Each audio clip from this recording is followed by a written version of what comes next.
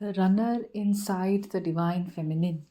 So, I wanted to share today that many divine feminines themselves can often feel that they are not ready for experiencing unconditional love, for receiving love, for being with your twin flame, for union.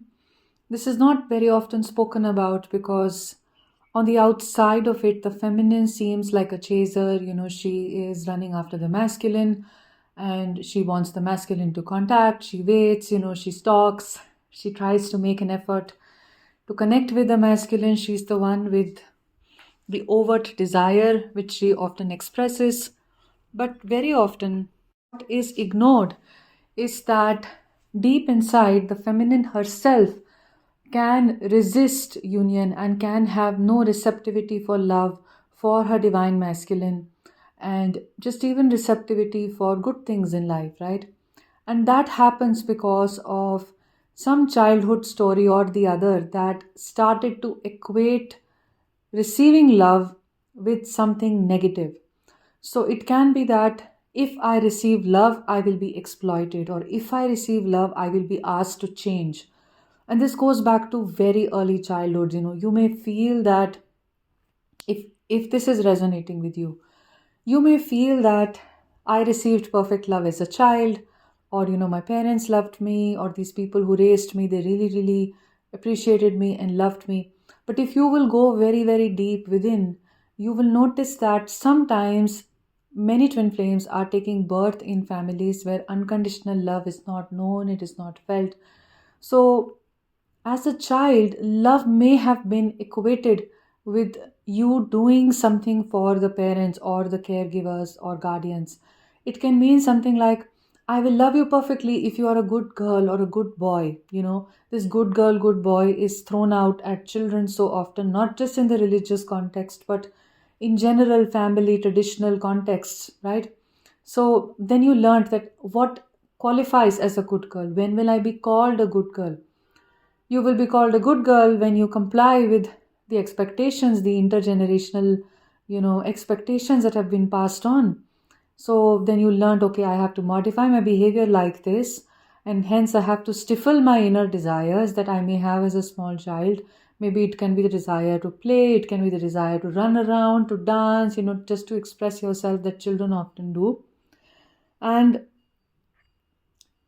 that stifling was so important for you to do, to release your own, to suppress your own inner way of being, because you wanted that attachment from family, you wanted that love, that safety. It was literally your survival mechanism. It is how children survive. They survive by attaching to the family unit, right? But if that attachment to the family unit has been made so difficult and conditional, so much of a self sacrifice gets to be made on the part of the child, and how this translates into conflating this with receiving love. So you may inwardly be the one who is actually running from unconditional love, especially running from the relationship that you really want with your twin flame. Unconsciously, there can be a whole current that is not supporting that desire of wanting a relationship with your twin, or just being receptive to your divine counterpart, because unconsciously there is this whole equation that if I receive love, then that means I have to self-sacrifice, or I can be exploited for love. Your inner child can have its own language for what it equates with receiving love. It can also be early rejection cycles, early rejection with some romantic partners. It can mean early rejection with parents, um, caregivers, school teachers, school peers. You will have your own layers here to uncover. So just be aware of how you feel about receiving love from your twin flame. Do you feel perfectly receptive of unconditional love? Do you feel ready to not just offer love, but to also receive that love that you truly desire?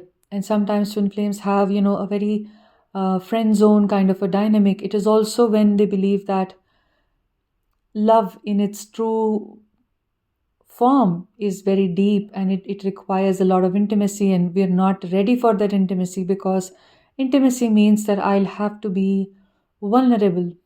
Intimacy means that I'll have to be seen the way I am. And am I ready to be seen the way I am, fully, completely? Am I ready to be accepted the way I am? Very often, the work here, actually, in reality, the work here will begin with self acceptance. And it will begin with deep self acceptance, the layers and layers of the consciousness where there is self rejection. It's the self acceptance of the physical body, the way you are right now, this moment. It's the self acceptance of your situation in life, whatever is your situation in life, financially, physically, and so on.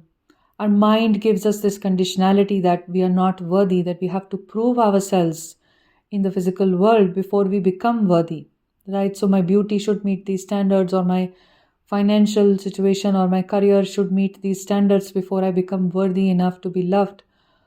All of that has to be shed on this journey. And once you start to deeply accept yourself and you start to unpair that the space where you receive love, you unpair it from the conditionalities of receiving love, the conditionalities of be a good girl or prove yourself or something else. You may have your individual stories here. Once you start to unpair that, then love can be received freely and love can be felt freely.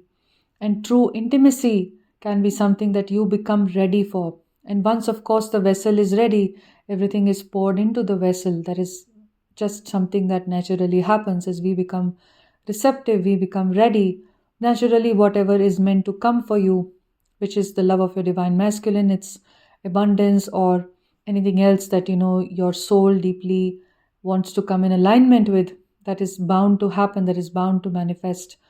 In fact, your entire journey of separation is about this.